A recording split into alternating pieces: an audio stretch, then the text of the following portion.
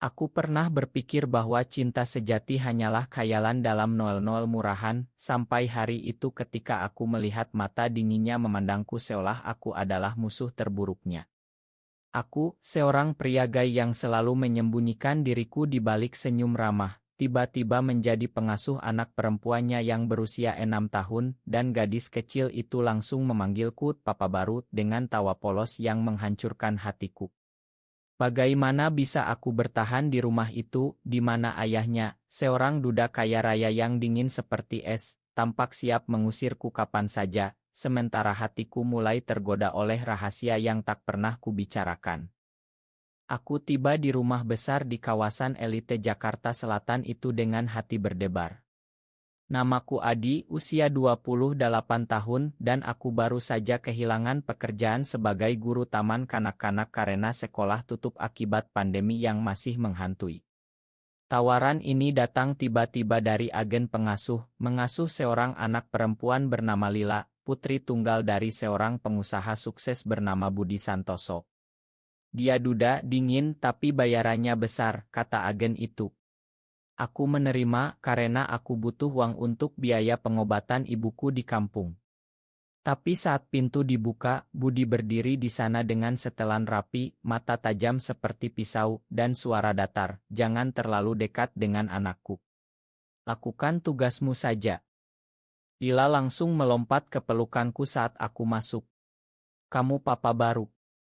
"Mama bilang akan ada papa baru," katanya dengan mata berbinar. Aku terkejut, tapi senyumnya begitu hangat, membuatku lupa sejenak pada tapan dingin Budi. Di dalam hati, aku bertanya-tanya, mengapa anak ini begitu haus akan kasih sayang? Apakah Budi benar-benar sekejam itu? Malam pertama, saat aku membacakan dongeng untuk Lila, dia memelukku erat. "Papa Budi selalu sibuk, gak pernah cerita kayak gini," gumamnya. Aku merasa ada sesuatu yang retak di rumah ini, dan aku, yang selalu menyembunyikan orientasiku, mulai merasa seperti penyusup. Setiap hari, rutinitas dimulai.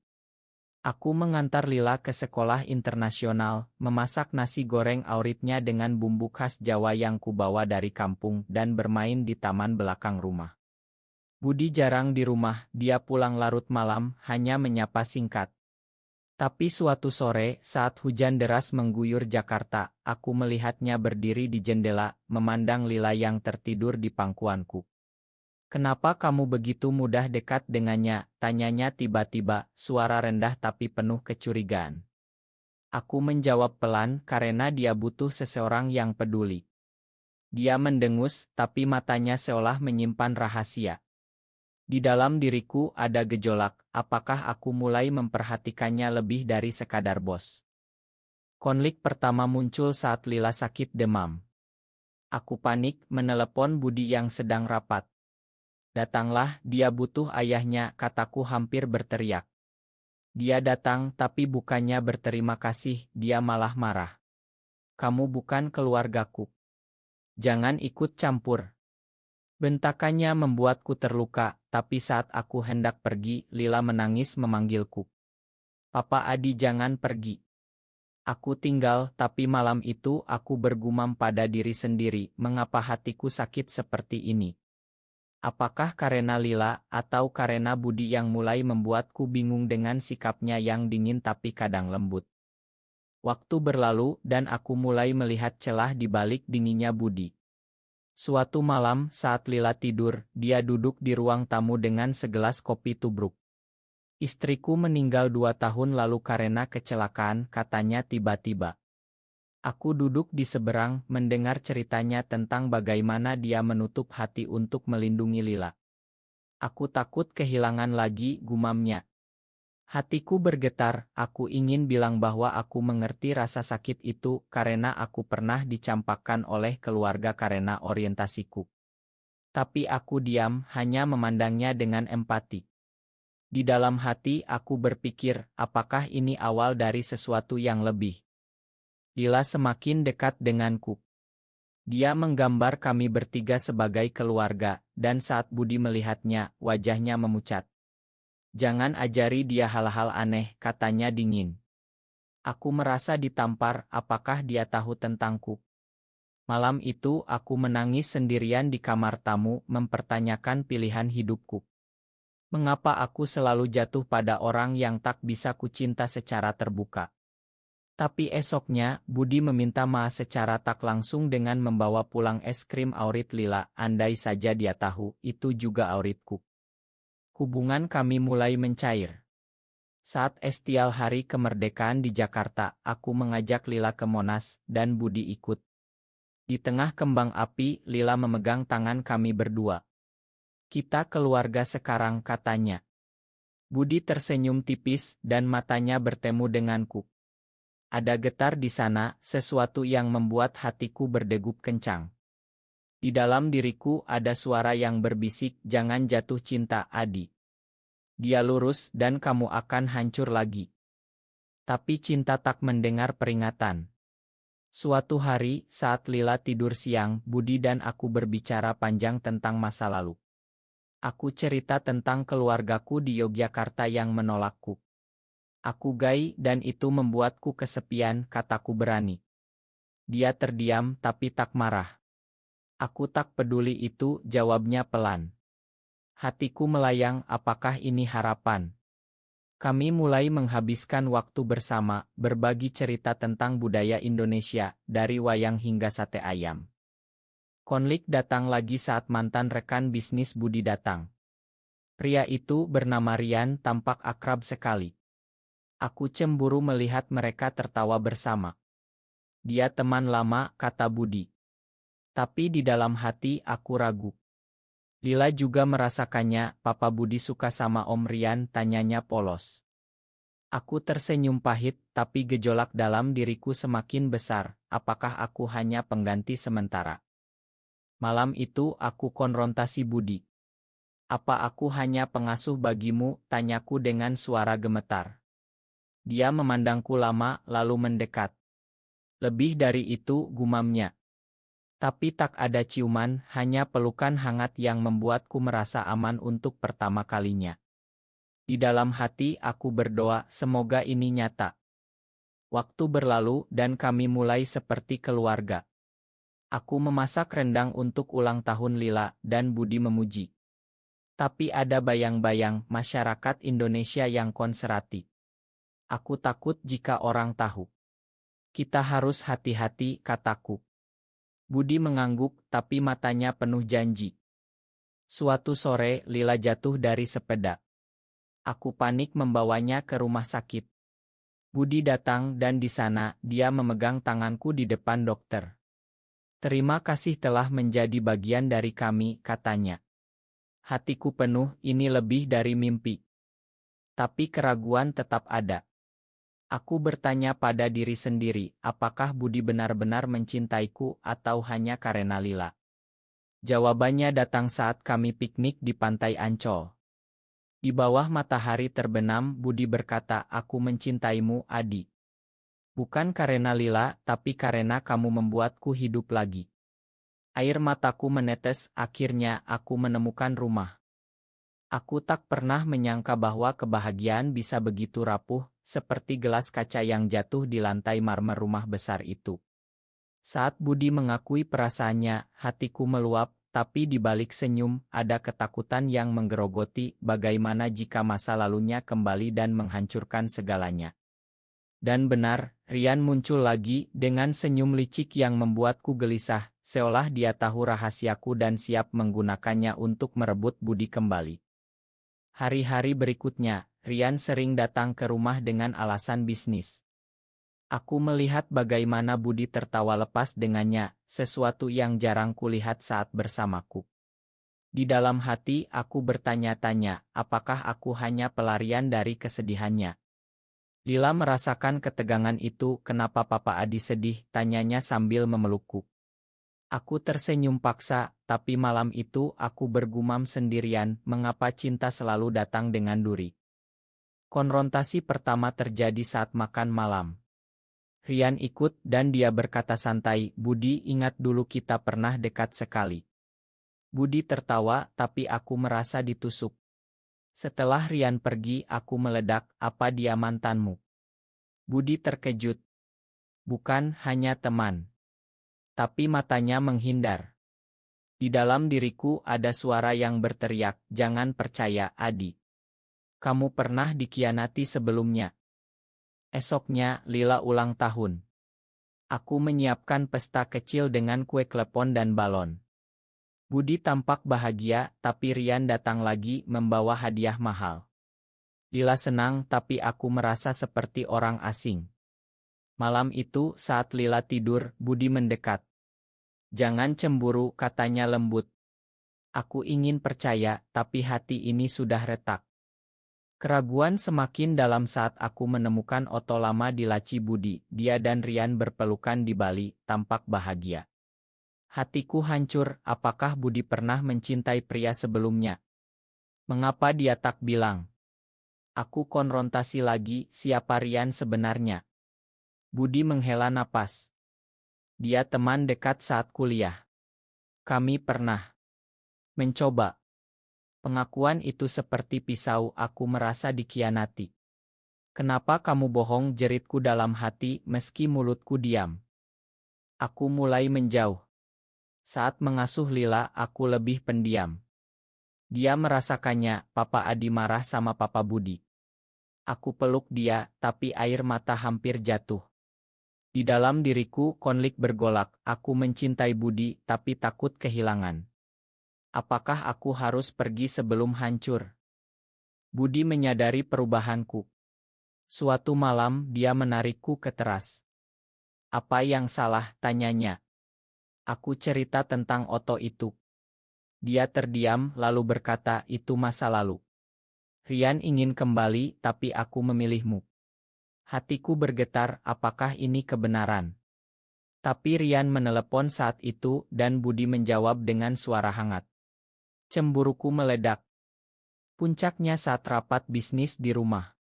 Rian datang dan aku mendengar mereka berdebat. Kamu gila memilih pengasuh itu daripada aku, kata Rian. Budi membela, aku mencintainya. Tapi Rian tertawa, dia tahu kamu masih hubungi aku. Aku mendengar semuanya dan hatiku pecah. Aku lari ke kamar, menangis, mengapa selalu begini? Aku pikir Budi berbeda. Lila bangun karena suara tangisku. Papa Adi, jangan sedih, katanya sambil memeluk. Aku sadar untuknya aku harus kuat. Tapi di dalam aku hancur, apakah cinta ini layak diperjuangkan?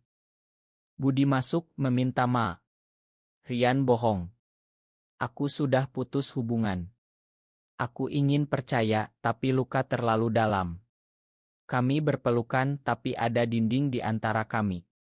Malam itu aku berpikir panjang, mungkin aku harus pergi demi kebaikan semua. Tapi Lila membuatku tinggal. Kita keluarga, katanya pagi esok. Budi juga berusaha membawa kami ke Candi Borobudur untuk liburan. Di sana, di bawah sinar matahari Jawa, dia berkata, makan aku. Aku takut kehilanganmu seperti kehilangan istriku. Hatiku luluh, mungkin ini ujian. Rian muncul lagi mengirim pesan ancaman, aku akan cerita ke media tentang hubungan kalian. Ketakutan melanda di Indonesia, masih tabu. Aku panik, kita harus berhenti, kataku pada Budi. Dia marah, tidak. Aku akan lawan. Konflik memuncak saat Rian datang ke rumah. Pilih aku atau dia, katanya. Budi tegas, pergi, Rian. Aku mencintai Adi. Rian pergi dengan amarah, tapi ancamannya tetap. Hatiku campur aduk, bangga, tapi takut. Malam itu aku dan Budi berbicara dari hati ke hati. Aku takut masyarakat, kataku. Dia peluk aku, kita hadapi bersama. Lila menyaksikan, tersenyum, papa-papa bahagia lagi. Tapi gejolak dalam diriku tak hilang. Aku bertanya, apakah aku pantas untuk ini? Masa laluku penuh penolakan, apakah aku akan bawa sial? Liburan di Borobudur membawa kedamaian sementara. Kami berdoa di candi memohon kekuatan. Tapi kembali ke Jakarta, realita menampar. Teman Budi mulai bergosip tentang kami. Aku semakin gelisah. Setiap malam aku bergumam, mengapa cinta ini begitu sulit. Tapi Budi meyakinkan, kita kuat. Suatu hari, Lila bertanya, Papa Adi akan tinggal selamanya. Aku jawab ya, tapi hati ragu. Rian belum menyerah, dia kirim oto lama Budi ke emailku. Hatiku sakit lagi. Aku konfrontasi Budi, kenapa kamu tak cerita semuanya? Dia menangis, aku takut kehilanganmu. Pengakuan itu membuatku lemah, aku memakan, tapi luka tetap. Kami mulai membangun kembali. Aku ajari Lila tentang toleransi dan budi dukung. Tapi di dalam, aku masih berjuang dengan diri sendiri, apakah aku layak dicinta? Bayang-bayang pengkhianatan Rian semakin menekan, seperti awan hitam yang menggantung di atas langit Jakarta yang selalu macet. Aku merasa hati ini seperti kain robek yang sulit dijahit kembali, setiap malam mempertanyakan, apakah Budi benar-benar milikku atau hanya ilusi yang akan hilang saat ajar menyingsing. Dan ketika rahasia kami bocor, dunia seolah runtuh, meninggalkan aku dalam pusaran emosi yang tak pernah kubayangkan bisa begitu menyakitkan.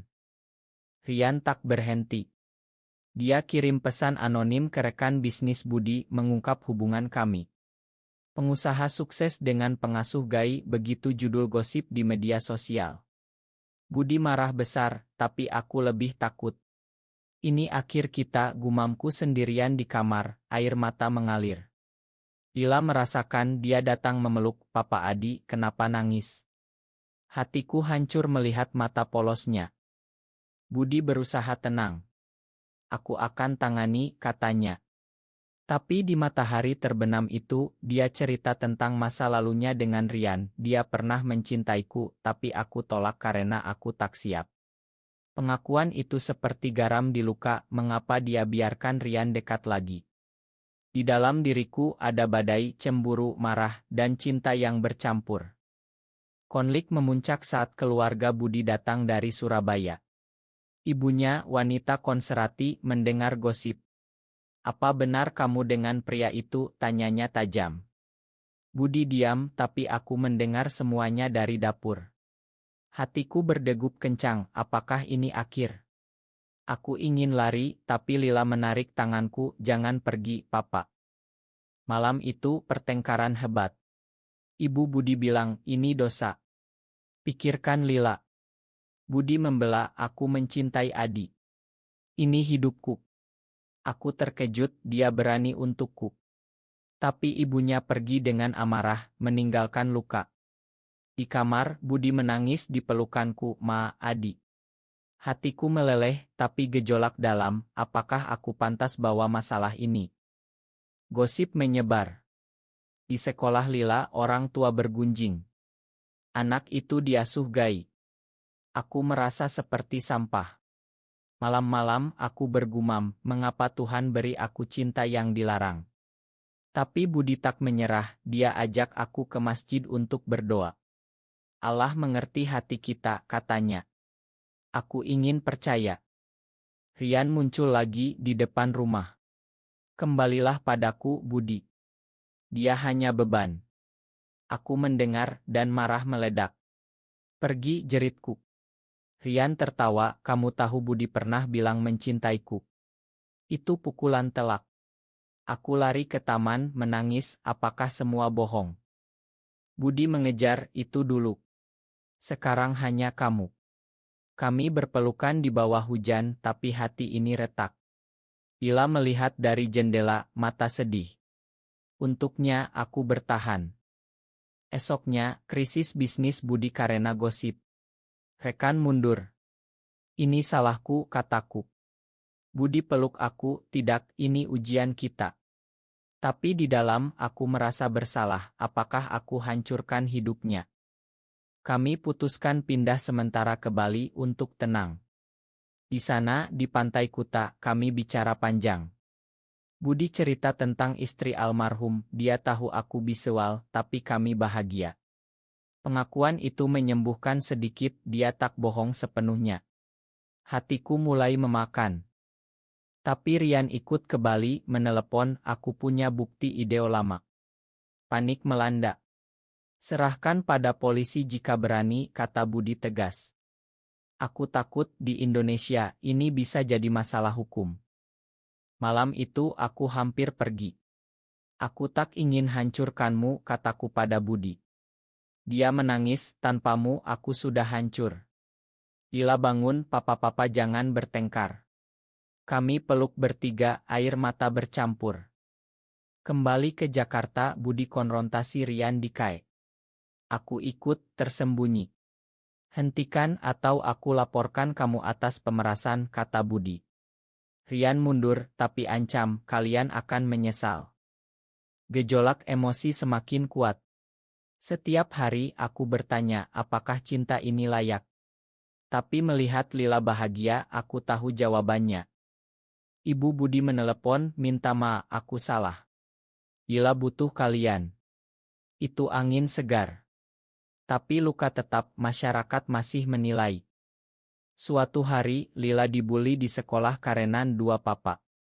Dia pulang menangis, kenapa orang bilang itu salah? Hatiku pecah, aku peluk dia, menjelaskan, cinta tak salah, sayang. Budi marah pada sekolah, tapi aku tenangkan, kita ajari dia kuat. Malam itu kami berdoa bersama, memohon kekuatan. Rian akhirnya menyerah setelah Budi ancam hukum. Tapi kerusakan sudah ada, bisnis Budi goyah. Kita mulai lagi, kataku. Budi tersenyum, bersama kamu aku bisa. Di dalam diriku emosi bergolak, dari sakit hati ke harapan.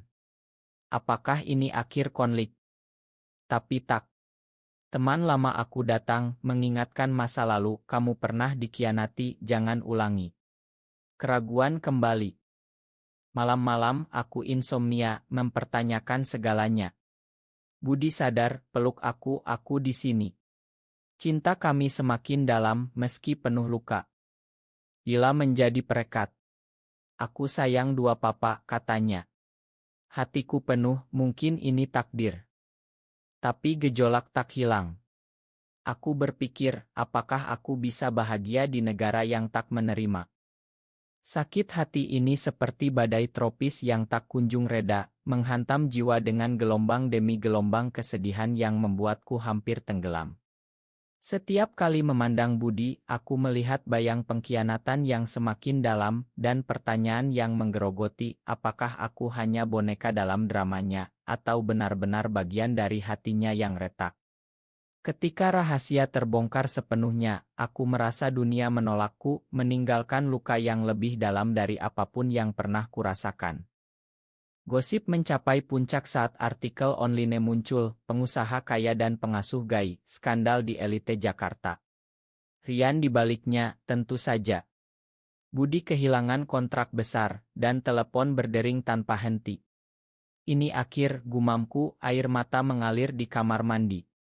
Lila mendengar, Papa Adi, jangan nangis. Aku lindungi kamu. Kata-katanya seperti pisau, membuatku sadar betapa aku menyakiti dia. Budi marah pada dunia. Aku akan lawan, katanya. Tapi di malam sunyi, dia runtuh, Ma, Adi. Ini salahku karena tak hentikan Rian lebih awal. Pengakuan itu menyayat, aku ingin marah, tapi cinta ini terlalu kuat. Di dalam hati aku berteriak, mengapa kamu biarkan aku jatuh begitu dalam? Keluarga aku dari Yogyakarta menelepon, mendengar berita. Pulanglah, Adi. Jangan hancurkan hidupmu. Ibu menangis di telepon. Hatiku terbelah antara cinta dan keluarga. Aku jawab, aku bahagia di sini. Tapi bohong, aku hancur. Konflik dengan Budi memuncak. Kamu masih hubungi Rian, tanyaku setelah melihat pesan lama. Dia marah, itu dulu. Kami bertengkar hebat, suara bergema. Lila menangis di kamar, stop. Kami berhenti, tapi luka tambah dalam. Malam itu aku hampir packing barang. Aku pergi, kataku. Budi memohon, jangan. Lila butuhmu. Aku butuhmu. Air matanya membuatku lemah, aku tinggal, tapi hati penuh keraguan. Rian datang ke kantor Budi membuat adegan. Kembalilah, Budi. Dia tak pantas. Aku dengar dari karyawan. Hatiku mendidih, apakah Budi goyah? Saat pulang, aku konfrontasi, pilih dia atau aku. Budi peluk aku, kamu selamanya. Tapi aku tak percaya sepenuhnya. Bisnis Budi hampir bangkrut. Kita jual rumah, katanya. Aku merasa bersalah, ini karena aku. Dia tenangkan, tidak karena cinta kita. Tapi di dalam, aku menyalahkan diri, mengapa aku gay? Mengapa tak bisa normal? Kami pindah ke apartemen kecil di Jakarta Pusat. Ila protes, rumah lama lebih bagus. Tapi dia adaptasi cepat, memeluk kami, asal bersama papa-papa. Hatiku hangat, tapi sakit tetap. Ibu Budi datang lagi, kali ini mendukung, aku lihat kalian bahagia. Makan aku. Itu penyembuh, tapi masyarakat masih menolak. Teman-teman menjauh. Suatu malam, aku mimpi buruk, Rian merebut Budi. Bangun menangis, Budi peluk, aku di sini. Cinta kami semakin emosional, penuh air mata. Ila sakit lagi karena stres. Di rumah sakit, dokter bilang dia butuh stabilitas. Hatiku pecah, aku penyebabnya. Aku bilang pada Budi, mungkin aku pergi baik untuknya. Dia marah, tidak. Kita keluarga. Rian kirim email terakhir, selamat tinggal dengan kemiskinan. Aku marah, balas, kami lebih kuat darimu. Budi bangga, itu semangatku. Tapi gejolak dalam diriku semakin hebat. Setiap hari aku bertanya, apakah aku layak? Masa lalu mengejar, penolakan keluarga, cinta gagal. Kami mulai bisnis kecil, kayak dengan masakan Indonesia. Aku masak, Budi kelola. Ila bantu, ini kayak keluarga. Sukses kecil membawa harapan. Tapi gosip tak hilang. Pelanggan bergunjing. Aku hampir menyerah, kita tutup. Budi peluk, tidak, kita lawan. Malam-malam, emosi meluap. Aku menangis sendirian, mengapa cinta ini penuh derita. Budi datang, kami bicara sampai pagi. Ila membuat gambar, kami bertiga bahagia. Ini mimpi aku, katanya. Hatiku luluh untuknya, aku bertahan. Rian ditangkap karena pemerasan lain. Berita itu lega, tapi luka tetap. Kami rayakan anniversary di KAE. Budi beri cincin, janji selamanya. Air mataku jatuh, mungkin ini awal baru. Tapi di dalam, aku masih bergulat, apakah bahagia ini abadi? Keraguan seperti racun. Penderitaan ini seperti api yang membakar jiwa dari dalam, meninggalkan abu kesedihan yang tak bisa kuhapus. Setiap hembus napas terasa berat, dihantui pertanyaan yang tak henti, apakah Budi benar-benar setia, atau pengkhianatan Rian hanya puncak gunung es dari kebohongan yang lebih besar. Ketika segalanya runtuh, aku merasa sendirian di tengah badai emosi, hampir menyerah pada kegelapan yang mengancam menelan seluruh harapanku. Bisnis KAE goyah karena boikot dari kelompok konserati. Tempat gai, teriak mereka di depan. Budi lawan, ini tempat cinta. Tapi pelanggan hilang.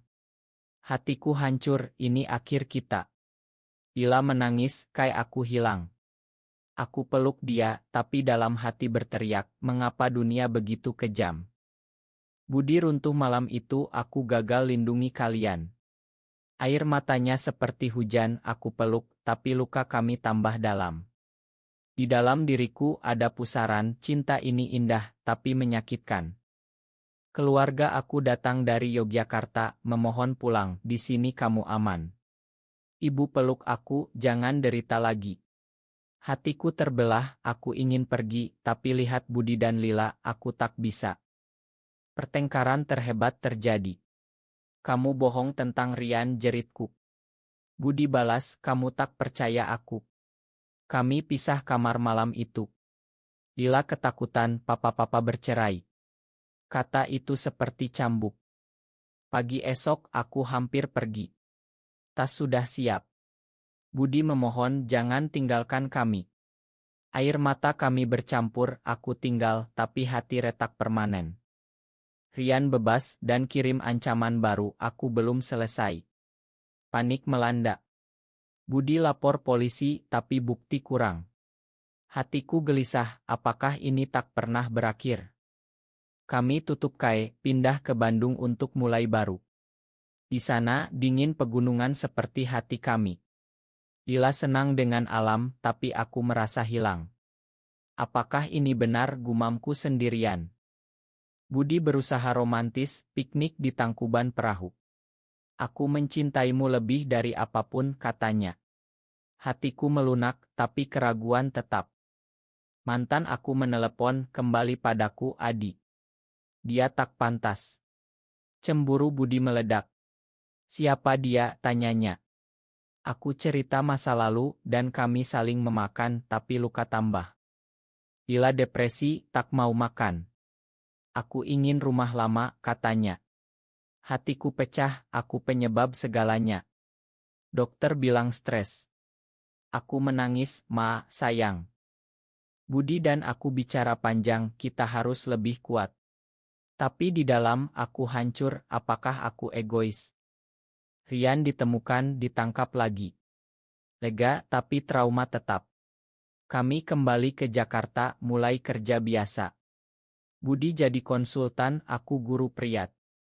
Emosi semakin intens.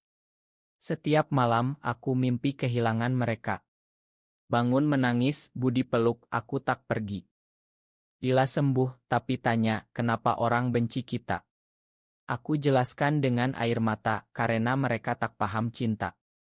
Kami ikut komunitas rahasia. Di sana aku temukan dukungan. Budi ikut untukmu. Hatiku penuh harapan. Tapi konflik internal memuncak. Aku depresi, pikir bunuh diri, tanpa aku mereka bahagia. Budi tahu peluk erat, jangan pernah pikir itu. Malam itu kami curhat semalaman. Budi cerita trauma kehilangan istri, kamu obatku. Aku cerita penolakan keluarga, kamu rumahku. Lila bergabung, aku sayang kalian. Kami bertiga menangis bahagia. Tapi gejolak tak hilang sepenuhnya. Aku masih bertanya, apakah masa depan cerah? Kegelapan emosi ini seperti jurang tak berdasar, menarikku ke dalam pusaran keputusasaan yang membuat setiap detik terasa seperti siksaan abadi.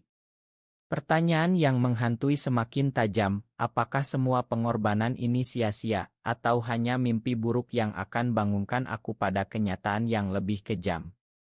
Di puncak derita, ketika segalanya tampak hilang, aku menemukan cahaya kecil, tapi luka hati ini begitu dalam hingga aku hampir tak bisa bernapas lagi. Kembali ke Jakarta, Budi dapat tawaran kerja di luar negeri. Singapura, gaji besar, katanya. Tapi aku takut, bagaimana dengan gosip?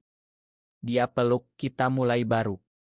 Hatiku bergejolak, pergi berarti tinggalkan akar, tapi tinggal berarti derita. Lila excited, aku ingin sekolah baru. Tapi malam-malam dia mimpi buruk. Aku peluk, semua baik. Tapi dalam hati aku hancur. Keluarga Budi tolak ide, jangan lari. Ibu marah. Budi tegas, ini untuk keluarga kami. Pertengkaran telepon membuatku menangis, apakah aku pemecah? Rian muncul terakhir di bandara saat kami mau surei. Jangan pergi, Budi. Aku masih cinta. Aku marah, cukup. Budi dorong dia, pergi selamanya. Polisi datang, Rian ditahan permanen. Tapi trauma memuncak. Di pesawat, aku panik atak, aku tak pantas bahagia. Budi tenangkan, kamu segalanya. Di Singapura, kami mulai hidup baru. Apartemen kecil, Lila sekolah internasional. Tapi aku homesick, aku rindu Indonesia. Budi peluk, kita bawa budaya kita. Emosi meluap saat ulang tahun Budi. Aku masak gudeg ini dari hati. Dia menangis, terima kasih telah bertahan. Lila adaptasi, tapi tanya, kapan pulang? Hatiku sakit, kami janji suatu hari. Konflik terakhir, aku dapat tawaran kerja di Indonesia. Pulanglah, kata Budi. Tapi aku tolak, tanpa kalian tidak. Malam itu kami berjanji selamanya bersama. Air mata bahagia mengalir.